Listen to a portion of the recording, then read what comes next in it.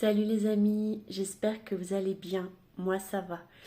Alors dans cette vidéo, je voulais vous dire l'importance d'accepter les phases de ralentissement et de ne pas en vouloir ni à soi, ni aux autres, ni à la vie, si nous sommes ralentis de quelque façon que ce soit par un accident, que ce soit énergétiquement, que ce soit par une maladie, qu'elle soit importante ou moins importante.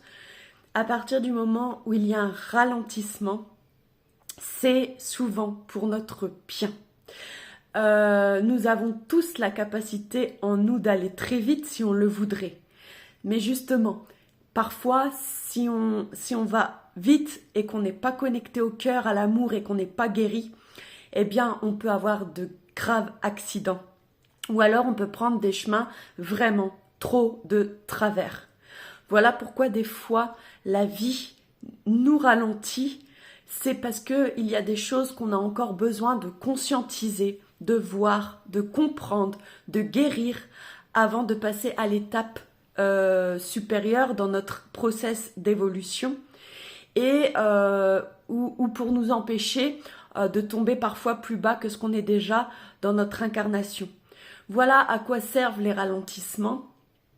Et c'est vrai que ça peut parfois être frustrant, mais à partir du moment où on a compris ça, eh bien, ça nous permet d'accepter ce qui est le bien comme le moins bien ou comme les phases de ralentissement, parce qu'on sait, on comprend alors que tout a un but, tout a un sens et que ça fait partie de notre chemin et c'est ce qui fait partie de notre destin et ça fait partie des initiations, des leçons qu'on doit apprendre pour ensuite pouvoir remettre tout en ordre à la fin, voyez.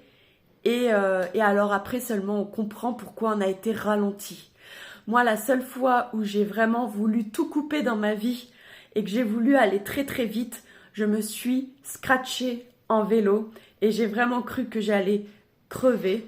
Donc, croyez-moi, des fois, aller doucement mais sûrement, hein, ça fait partie de la sagesse et c'est très important. Voilà aussi pourquoi, il est bon de comprendre ça, parce que des fois, certaines personnes sont énervées contre des gens qui, par exemple, les jalousent, les médisent, et ils sentent énergétiquement que ça les ralentit dans leur projet. Mais même ça, prenez ça comme un cadeau. Parce que même si ces gens-là qui vous jalousent ou qui vous médisent, ça vous ralentit énergétiquement dans vos projets, c'est que finalement, c'est peut-être pour votre bien. Donc voilà pourquoi il faut même remercier ses ennemis, entre guillemets, parce que même, ce qu'ils font souvent, eh bien en fait, ça nous rend service à la fin. Donc n'oubliez jamais ça. Moi, par exemple, une fois, il y a une ancienne collègue à moi qui a fait une lettre pour que je me fasse licencier. Et alors que j'avais toujours été très gentille avec elle et j'avais pas compris. Mais voyez, après j'ai compris pourquoi la vie, elle m'avait fait vivre ça. J'ai vécu finalement ce licenciement comme un cadeau parce que j'ai pu me remettre sur mon chemin de vie qui me fait vibrer. Alors que finalement, assistante médicale, c'était un métier qui ne me convenait absolument pas. En tout cas, pas, comment dirais-je, ça ne respectait pas mon rythme, ça ne respectait pas qui je suis. En tout cas, dans cette société, enfin bref. Et donc, j'ai pris ça comme un cadeau.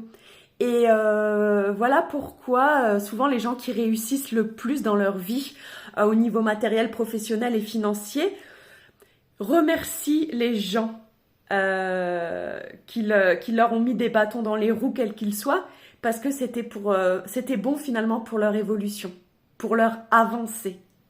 Donc, pensez à toujours remercier la vie, même pendant les moments difficiles, et pensez aussi à remercier vos ennemis, parce qu'au final, c'est eux qui vont vous faire avancer le plus vite.